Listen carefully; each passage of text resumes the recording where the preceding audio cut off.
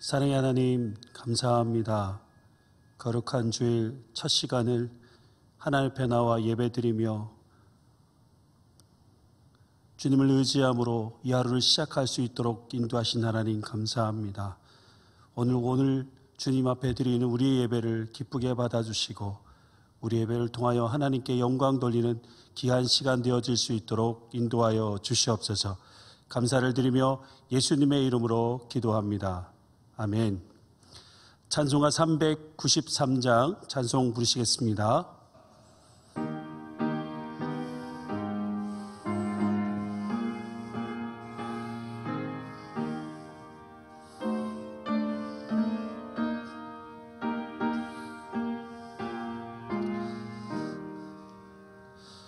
오 신실하신 주 내 아버지여, 늘 함께 계시니 두려움 없네. 그 사랑 편찮고 날 지키시며 어제나 오늘이 한결같네. 오 신실하신 주, 오 신실하신 주, 날마다 자비를 베푸시며 일용할 모든 것 내려주시니 오 신실하신 주 나의 구주. 봄철과 또 여름 가을과 겨울 해와 달 별들도 다 주의 것. 만물이 주 영광 드러내도다.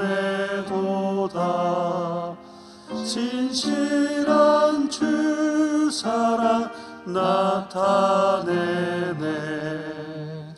오 신실하신 주, 오 신실하신 주, 날마다 자비를 베푸시며 일용할 모든 것 내려주시니 오 신실하신 주 나의 구주. 내 죄를 사하여 합의하시고 주 친히 오셔서 인도하네. 오늘의 힘되고 내일의 소망 주만이 만복을 내리시네. 오 신실하신 주, 오 신실하신 주, 날마다 자비를 베푸시며 일용할 모든 것 내려주시니 오 신실하신 주 나의 구주. 오늘 함께 보신 하나님 말씀은 마태복음 15장 29절에서 39절까지 말씀입니다. 마태복음 15장 29절에서 39절까지 말씀 제가 봉독해 드리겠습니다. 예수께서 거기서 떠나사 갈릴리 호숫가에 이르러 산에 올라가 거기 앉으시니 큰 무리가 다리 저는 사람과 장애인과 맹인과 말 못하는 사람과 기타 여럿을 데리고 와서 예수의 발 앞에 앉힘에 고쳐주시니 말 못하는 사람이 말하고 장애인이 온전하게 되고 다리 저는 사람이 걸으며 맹인이 보는 것을 무리가 보고 놀랍게 여겨 이스라엘의 하나님께 영광을 돌리니라. 예수께서 제자를 불러 이르시되 내가 무리를 불쌍히 여기노라. 그들이 나와 함께 있은지 이미 사흘임에 먹을 것이 없도다. 길에서 기진할까 하여 굶겨 보내지 못하겠노라. 제자들이 이르되 광야에 있어 우리가 어디서 이런 무리가 배부를 만큼 떡을 얻으리까? 예수께서 이르시되 너에게 떡이 몇 개나 있느냐? 이르시되 7개와 작은 생선 2마리가 있나이다 하거늘 예수께서 무리에게 명하사 땅에 앉게 하시고 떡 7개와 그 생선을 가지사 축사하시고 떼어 제자들에게 주시니 제자들이 무리에게 주매 다 배불리 먹고 남은 조각을 7강줄에 차게 거두었으며 먹은 자는 여자와 어린이 외에 4,000명이었더라. 예수께서 무리를 흩어 보내시고 배에 오르사 마가단 지경으로 가시니라. 아멘. 주님을 내 삶의 중심에 두는 삶이라는 제목으로 잠시 말씀을 나누겠습니다. 오늘 우리가 읽은 본문 앞에서 귀신 들린 딸의 병을 고친 가나안 여인의 이야기가 나옵니다. 예수님은 두로와 시돈 지방에서 큰 믿음을 보여준 이방 가나안 여인을 만나서 기분이 참 좋으셨을 것 같습니다.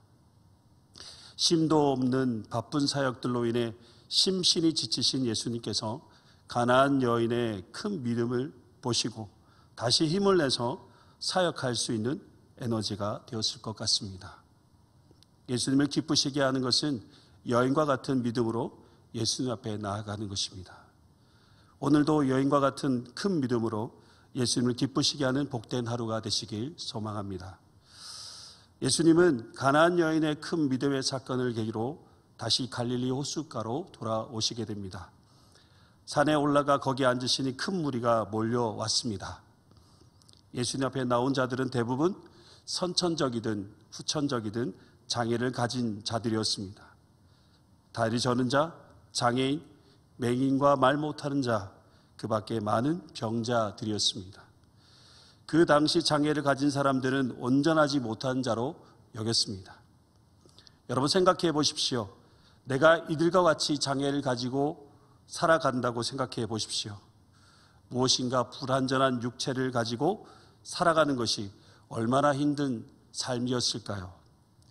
그들의 바람은 장애가 아닌 온전하게 되어서 똑바로 걷고 듣고 말하고 사람들과 함께 평범한 삶을 살아가는 것 아닐까요?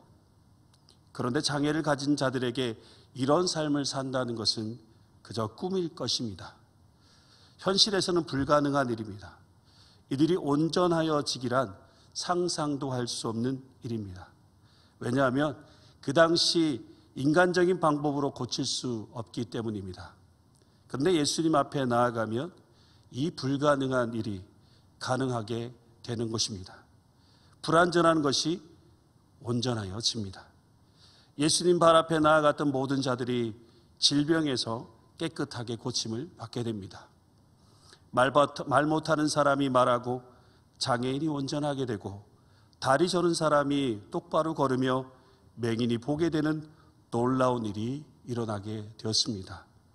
이 광경을 본 모든 사람들이 이스라엘의 하나님께 영광을 돌리게 됩니다.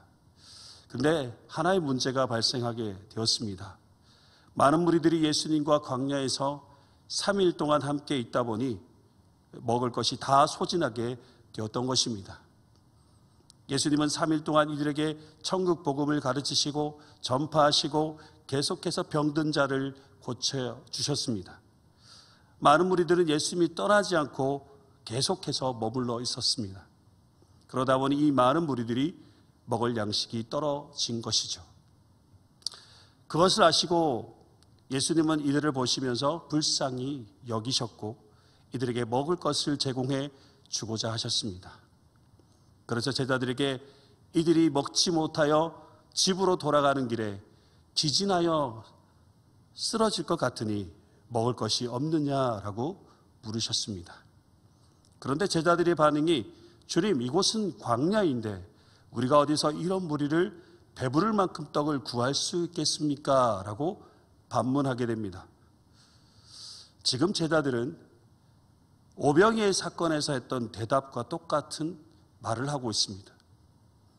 사실 장소적인 의미로 볼 때 오병이의 사건은 빈들이었고 칠병이의 사건은 광야라는 차이가 있어 보일지 모르겠지만 둘 다 이 많은 무리의 양식을 구하기가 어려운 것은 마찬가지입니다. 그러나 빈들에서 떡 5개와 물고기 2마리로 장정만 5,000명을 먹인 사건을 경험한 제자들에게는 지금의 상황은 별 다를 것이 없습니다. 그 경험을 토대로 자신들이 가지고 있는 음식을 내어놓고 예수님께서 행하실 일들을 믿음으로 기다리면 되는 것입니다. 그리고 전과 같이 예수님 말씀에 순종하면 오병이어와 같은 동일한 기적이 일어나게 될 것입니다. 그런데 제자들은 이 오병이의 사건을 잊어버린 것인지 아니면 빈들이 아닌 더 열악한 환경인 광야라서 그런 것인지 그들의 믿음 없음을 절실하게 보여주고 있습니다. 그런데 예수님은 제자들의 이런 모습을 보시고도 책망하지 않으십니다. 오병이의 사건과 동일하게 떡 7개와 물고기 2마리를 가지고 기도하시고 제자들에게 나누어 주게 하실 때 여자와 어린아이를 제외한 장정만 4,000명이 먹고 7광주리를 남길 만큼 풍성한 만찬을 베풀어 주셨습니다. 그리고 이 무리들을 흩어보내시고 예수님 배를 타고 마가단 지경으로 떠나시게 됩니다. 제자들은 믿음을 통해 나타나는 여러 가지 기적 같은 역사들을 보았지만 왜 제자들은 정작 그들의 믿음을 나타내 보여야 할 그때에 믿음 없음을 보여주고 있는 것일까요? 직접 오병이의 사건을 보았고 가나안 여인의 믿음의 사건도 보았고 치료가 전혀 불가능한 장애를 가진 많은 무리들이 병 고침을 받는 사건을 경험하고도 왜 제자들은 매우 실망스러운 모습을 보여주고 있는 것일까요? 어쩌면 제자들이 원하는 관심 분야가 아니라 그런 것은 아닐까 생각해 봅니다. 제자들은 예수님의 제자로서 따르고 있지만 그들의 관심은 예수님과 전혀 다른 곳에 있었던 것 같습니다. 제자들은 예수님이 바라보고 있는 것을 바라보지 못하였고 예수님의 마음이 있는 곳에 함께하지 못했습니다. 무리를 보고 불쌍히 여기시는 예수님의 마음을 함께 공유하지 못했습니다. 이것이 무엇을 말해주고 있습니까? 신앙생활에서 가장 중요한 것은 예수님을 내 마음, 곧 내 삶의 중심에 두고 사는 것을 말하고 있는 것입니다. 예수님이 바라보는 것을 같은 눈으로 바라보고 예수님의 마음이 있는 곳에 같은 마음으로 함께하는 것, 그리고 예수님과 같은 뜻을 품고 삶을 살아가는 것을 우리의 삶의 원칙으로 삼아야 하는 것이죠. 그래서 예수님의 제자라면 예수님을 닮아가는 삶을 살아가는 것을 원칙에 두고 살아가야 하는 것입니다. 그럴 때 우리는 제자들과 같은 실수를 반복하지 않고 믿음 없는 신앙생활에서 벗어날 수 있는 것이죠. 사랑하는 성도 여러분, 오늘부터 우리의 모든 관심이 예수님께 있기를 소망합니다.